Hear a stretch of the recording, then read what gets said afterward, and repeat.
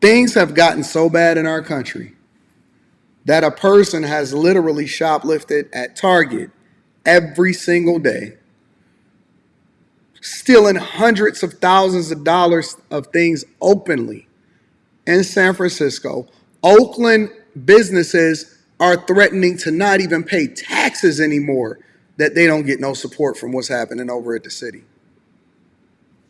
Check it out, y'all. Don't believe me? All you got to do is pay attention to what's happening out here in these streets. Court should be a court, I think. Meaning?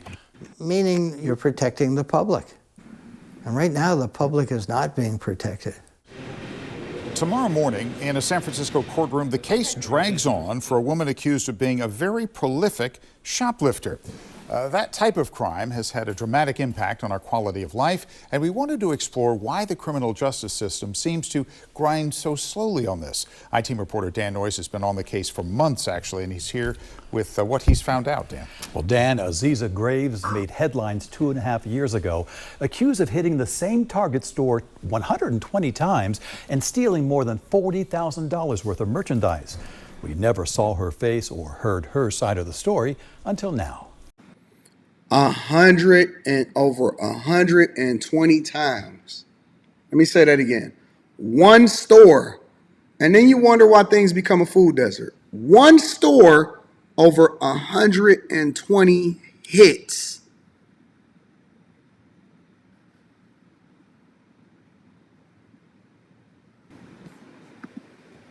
Researching one story sometimes leads to another. I interviewed San Francisco District Attorney Brooke Jenkins last October about the challenge of prosecuting car break-ins, especially by repeat offenders. Are there certain judges who are more difficult in terms of getting a conviction in cases like this? What I will say is there are judges who will offer their own plea bargain to defendants of ours. They have the ability to do that. Jenkins told me judges sometimes undercut prosecutors and give defendants a better deal. And we're having that happen in a case right now involving a repeat offender of theft. Which case is that? Can you tell me what case that is? Yes, I can tell you that that is the Aziza Graves case. With that, I dove into the shoplifting case against 42-year-old Aziza Graves, pulled her case file, and met her in court. Can I talk to you about your case at some point? At some point, I'd be willing to talk about it with you, for sure. Okay, great. Her records show how the case developed. May 2021, security staff from the Stonestown Target met with District Attorney Chesa Boudin's office, complaining that Graves repeatedly stole from the store. Months passed with no arrest. Then Boudin faced accusations of being soft on crime. November 9th of 2021, the Department of Elections confirmed that his opponents, including current DA Brooke Jenkins, had gathered enough signatures to force a recall election. You know how bad it's got to be for a big box retailer to go and have to petition legislators to stop people from stealing from their stores. Do you know how bad it's got to be for a large retailer to go and petition a legislator because they have several people, but one in particular, they said, hey man, listen, this person is just stealing every day. Please do something about this. You know how bad it's got to be? The next week, Boudin sent this tweet. Breaking news. SFDA office operation results in arrest of prolific retail thief. More than 100 separate thefts. Thank you to SFPD for assisting. More information coming soon. Aziza Graves was arrested, released on her own recognizance, and a month later, she has now been arrested again after being released last she got released week. This time, Aziza Graves was taken into custody at the Westfield San Francisco Center Mall on Saturday. The criminal complaint lists thefts from Abercrombie & Fitch, Safeway, and 120 thefts from the Stonestown Target store. So she didn't just hit one store. Every day, this is her job. Her job is she don't have to wear a face mask. She ain't got to trip about it. She ain't got to figure out where she gonna go. Every day, her job is to go and steal and destroy these stores. More than $40,000. Authorities said Graves would often steal jugs of laundry detergent that can easily be sold in San Francisco's illegal night markets along Market Street. That was 2021. Going on 3 years later, Aziza Graves has faced more than 24 hearings. She's still on the streets, and her shoplifting case keeps dragging on. I don't think I should be on trial for anything right now. Graves told me she is homeless, sleeps on friends' couches, and that she has a hard time just surviving. Her public defender declined to comment. Let me talk to this guy. We went outside the Hall of Justice for an interview. I started with a basic question. So what do you want me to know about your case? I just want you to know that I had no intention of... What's up with disease? I love you, dog. I don't want to do this. This is stupid. In an email to me, Graves explained she was using the self-checkout at a Safeway, and the machine said payment complete after putting in just 1 cent.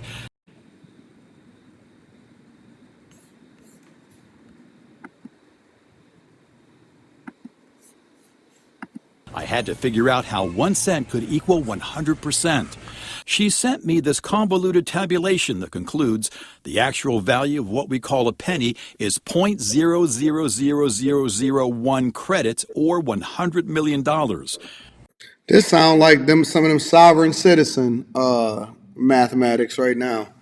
This sound like Wu-Tang mathematics. Yo, son, what's the math, God? What's the math, God? What's the math, son? Hey, and she broke it down. She said, listen, 1 penny is really $1 million. $100 million. 1 penny is like $100 million, baby. Graves wrote, when she told the Safeway staff, they said you are stealing and kicked me out. Target was next. I went to Target every single day for about a year before I was arrested. Judge Brendan Conroy offered Graves a plea deal, reducing the 138 counts down to a single grand theft felony with a... The judges is in on it too, y'all. The judges that you elect to these positions are in on it too. You are paying these people to make sure that other people can basically steal from you, create food deserts, run up your tax dollars, and not take care of business. This is what you're paying your judges for. The judges are in on it. The legislators are in on it. Everybody is in on it. 2-year sentence. With good behavior and time served, Aziza Graves could be out in about 4 months. The transcript shows Judge Conroy did that against the wishes of the public defender, who said Graves is innocent, and the prosecution. That's just not the way it used to work, and it's not the way it should work. Richard Kramer was a San Francisco Superior Court judge for almost 20 years, handling serious violent felonies and complex civil litigation. I asked him about Brooke Jenkins' frustration with judges like Brendan Conroy. And they can sometimes undercut us in court and say, I've got a better offer for you. Do you understand her frustration? Of course. I'm frustrated. Why do you think I'm living in Napa now? I lived in San Francisco forever. Judge Kramer tells me in the car break-ins, the shoplifting, the stores leaving what used to be prime San Francisco real estate, we are seeing the effect of social policies that emphasize rehabilitation for criminals over public safety. The court system is not a parenting process. He's telling you, a retired judge is telling you, listen, this junk is corrupt. This is bad. It's horrible. Meanwhile, businesses over in the Bay Area is saying, listen, we're not even going to pay taxes no more. This is the downfall of a country. We won't fund it if you don't fix it. That is the message from some frustrated Oakland business owners. They're warning they will stop paying taxes to the city until it starts providing safer neighborhoods to operate in. NBC Bay Area's Tom Jensen is in Oakland, where organizers are asking more small business owners to join them. In the past 2 years, this family-owned Puerto Rican restaurant in Fruitvale Avenue has been robbed twice at gunpoint. The owner says he rarely sees police patrols, despite the numerous armed holdups that have plagued this neighborhood for the past 2 years. Hey, did y'all see the guy that was walking with his pants almost at his knees? Y'all didn't see him? Here, let me rewind it for you. I want you to make sure you see it. I want you to know who your people are. Patrols, despite the See my man at the red hat, and you see the woman that's getting further over to the left in order to pass him by. Yep, and his black tee. Yep, and his black tee. Pants is almost at his knees. He got one hand partially holding it up. The other one got a Slurpee in his hand, and he walking down the street. Numerous armed holdups that have plagued the Oh, Anton, don't judge a book by its cover. You can't say that people are out here looking bad or they being criminals. You shouldn't judge. You should extend grace. Okay. neighborhood for the past 2 years, and enough is enough. We're proposing not to pay taxes to the city until you give me the service that we deserve. Jose Ortiz, an Oakland native, says in addition to the multiple robberies, he's seen a 25% drop in business, and customers are staying away because they don't feel safe. We're not the only one. We're all in the same boat, all across the city of Oakland. You know, the city needs to immediately, effectively do something about it. City Councilman Noel Gallo says he sympathizes with the growing number. Say, AD, would you invest in these cities when they're rock bottom and they change their policies? Nope. I invest in spaces that got great leadership. As long as you have people that vote in the office, people that's not best for them, then you won't have any change in an environment, and it's going to continue to devolve. I invest all of my resources at this point into the city of Detroit and the metro surrounding areas. So I see change happen rapidly over the last 20 years. I think personally, this is just my opinion. I'm not telling nobody else what to do, that it is the place to be, that it is ground zero for something that is going to be great and awesome as far as financially benefiting off of the growth of the city. And so I invest my resources in places that I believe in personally.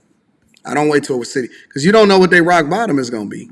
Number of business owners feeling the pinch from having fewer customers and more crime. The owner is absolutely correct.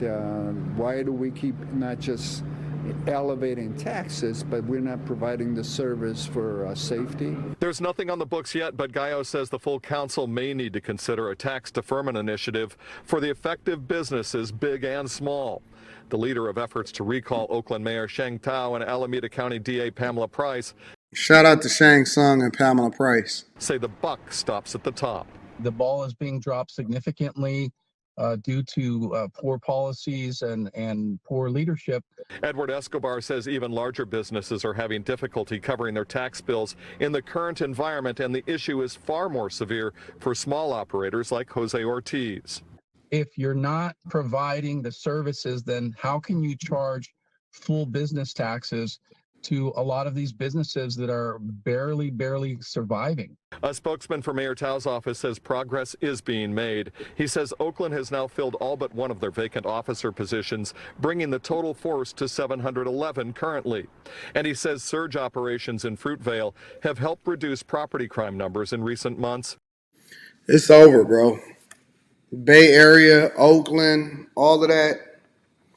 Shout out to the West Coast, man. The more liberal y'all become, the worse off it gets for y'all, and it's unfortunate.